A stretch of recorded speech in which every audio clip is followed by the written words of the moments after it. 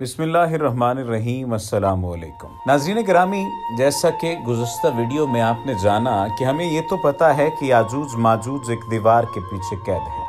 हमें ये भी पता है कि उन्हें एक बादशाह ज़ुल्करनैन ने दीवार के पीछे बंद कर दिया था, लेकिन आज तक मुअर्रिखीन ना तो ये पता लगा पाए हैं कि याजूज माजूज की दीवार कहाँ है और ना ही कोई इस बारे में कुछ वाज़े कर सका है कि ज़ुल्करनैन कौन था। हम आज की इस वीडियो में ज़ुल्करनैन के बारे में बात करेंगे। मौलाना अबुल कलाम आज़ाद अपनी किताब असहाबे कहफ में ये बात लिखते हैं कि कुरान ने ज़ुल्करनैन अलैहिस्सलाम की निस्बत जो कुछ बयान किया है उस पर बहसियत मजमूई नजर डाली जाए तो हस्बे ज़ैल उमूर सामने आ जाते हैं। अव्वलन जिस शख्स की निस्बत पूछा गया वो यहूदियों में ज़ुल्करनैन के नाम से मशहूर था, यानी ज़ुल्करनैन का लक़ब खुद कुरान ने तजवीज़ नहीं किया, पूछने वाले का मुजव्वज़ा है। सानियन अल्लाह ने अपने फजलो करम से उससे हुक्मरानी अता फरमाई थी और हर तरह का साजो सामान जो एक हुक्मरान के लिए हो सकता था उसके लिए फराहम हो गया था। सालिसन उसकी बड़ी मुहिम्में तीन थीं। पहले मगरबी ममालिक फतह किए, फिर मशरकी, फिर एक ऐसे मकाम तक फतह करता हुआ चला गया जहाँ पहाड़ी दर्रा था और उसकी दूसरी तरफ याजूज और माजूज आकर लूट मार मचाया करते थे। राबियन उसने वहाँ एक मुहकम सद तामीर कर दी और याजूज और माजूज की राह बंद हो गई। खामिसन यानी पांचवी निशानी, वो एक आदिल हुक्मरान था। जब वो मगरिब की तरफ फतह करता हुआ दूर तक चला गया तो एक कौम मिली जिसने ख्याल किया कि दुनिया के तमाम बादशाहों की तरह ज़ुल्करनैन भी जुल्म और तशद्दुद करेगा, लेकिन ज़ुल्करनैन ने ऐलान किया कि बेगुनाहों के लिए कोई अंदेशा नहीं, जो लोग नेक अमली की राह चलें उनके लिए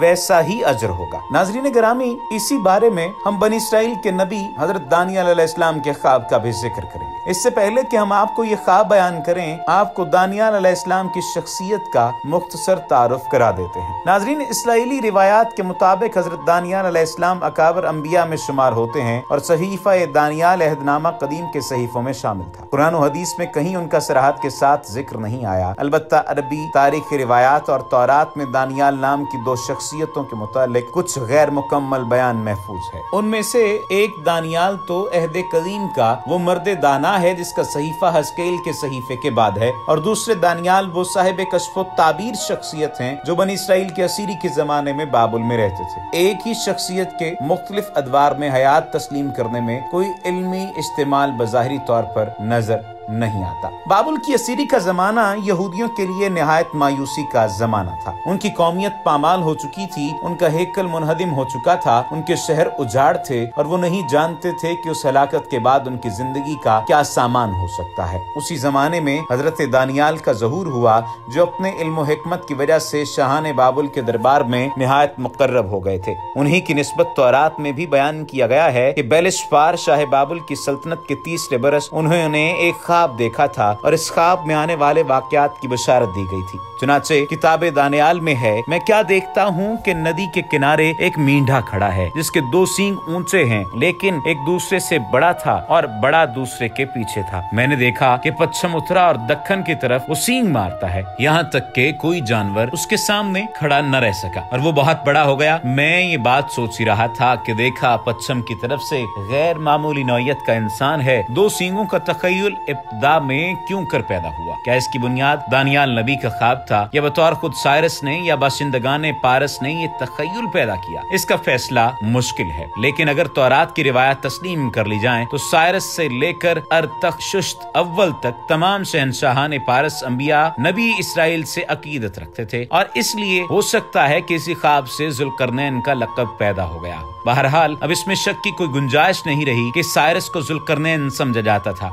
और यकीनन अरब के यहूदी भी उसे इसी लक़ब से पुकारा करते थे। इस हकीकत की वजाहत के बाद जब साइरस के इन हालात पर नजर डाली जाती है जो यूनानी मुअर्रिखीन की जुबानी हम तक पहुँचते हैं तो मालूम होता है कि कुरान के बयान की हूबहू तस्वीर है और दोनों बयान इस दर्जा बहम मुताबिकत रखते हैं कि मुमकिन नहीं किसी दूसरी शख्सियत का वहमो गुमान भी किया जा सके। चूँकि इस ख्वाब में मीडिया और फारस की ममलिकत को दो सींगों से तस्वीर दी गई थी, इसलिए ख्याल होता है कि अजब नहीं फारस के शहंशाह के लिए यहूदियों में ज़ुल्करनैन का तस्वुर पैदा हो गया हो यानी दो सिंगों वाली शहनशाही और वो उसे इसी लक़ब से पुकारते हों। ताहम ये महज एक कयास था, इसकी तायद में कोई तारीखी शहारत मौजूद न थी। लेकिन 1838 के एक इंकशाफ ने, जिसके नतायज बहुत अरसे के बाद मंजर-ए-आम पर आए, इस कयास को एक तारीखी हकीकत साबित कर दिया और मालूम हो गया कि फिल हकीकत शहनशाह साइरस का लक़ब ज़ुल्करनैन था और ये महज यहूदियों का कोई मजहबी तखय्युल न था, बल्कि खुद साइरस का बाशिंदगान फारस का मुजव्जा और पसंदीदा नाम था। इस इंकशाफ ने शक व तख्मीन के तमाम पर्दे उठा दिए। ये खुद साइरस का एक संगी तमसाल है जो अस्सखर के खंडरों में दस्तयाब हुआ। इसमें साइरस का जिस्म इस तरह दिखाया गया है कि इसके दोनों तरफ अकाब की तरह पर निकले हुए थे और सर पर मींढे की तरह दो सींग हैं। ऊपर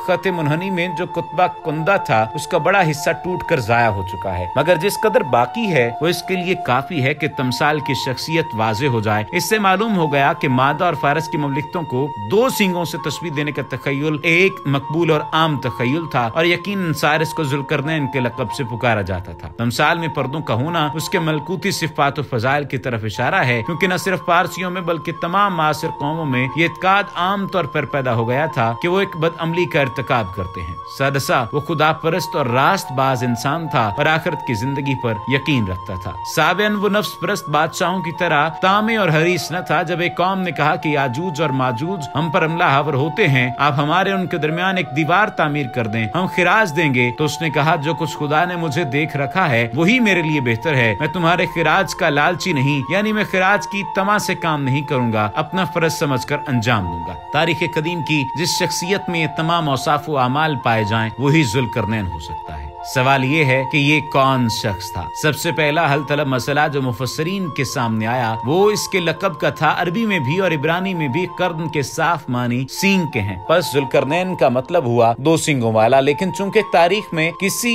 ऐसे बादशाह का सुराग नहीं मिला जिसका ऐसा लक़ब रहा हो, इसलिए मजबूरन कर्न के मानी में तरह तरह के तकल्लुफात करना पड़े। फिर चूंकि फतुहात की वुसअत और मगरिब व मशरिक की हुक्मरानी के लिहाज से सिकंदर मकदूनी की शख्सियत सबसे ज्यादा मशहूर रही है, इसलिए मुताखरीन की नजरें उसकी तरफ उठ गईं। चुनांचे इमाम राजी ने सिकंदर ही को ज़ुल्करनैन करार दे दिया और अगरचे हस्ब आदत वो तमाम एतराजात नकल कर दिए हैं जो इस तफसीर पर वारिद होते हैं, लेकिन फिर हस्ब आदत उनके बेमहल जवाबात एक नई कहानी को पैदा कर देते हैं। इसीलिए ये बात किसी न किसी तरह से शायद मुख्तलिफ तशबीहात के माबैन ही रह जाती है कि उस ख्वाब का जिस ख्वाब का जिक्र किया गया है, उस ख्वाब में बनी इसराइल के लिए बशारत ये थी कि उनकी आजादी और खुशहाली का नया दौर इसी दो सिंगों वाली शहनशाही के ज़हूर से वाबस्ता था। यानी शहनशाह फारस बाबुल पर हमला करके फतहमंद होने वाला था और फिर उसी के जरिए बैतुल मक़दस की अज़हर नौ तामीर और यहूदी कौमियत की दोबारा शिराज़ाबंदी होने वाली थी। चुनांचे बरसों के बाद साइरस का ज़हूर हुआ। उसने मीडिया और फारस की मुमलिकतें मिलाकर एक अज़ीमुश्शान शहनशाही कायम कर दी और फिर बाबुल पर पे दर पे हमले करके उसे मुसख्खर कर लिया। उम्मीद है कि आज की ये वीडियो आपको पसंद आई होगी। आइंदा आने वाली वीडियो में हम कोशिश करेंगे कि हजरत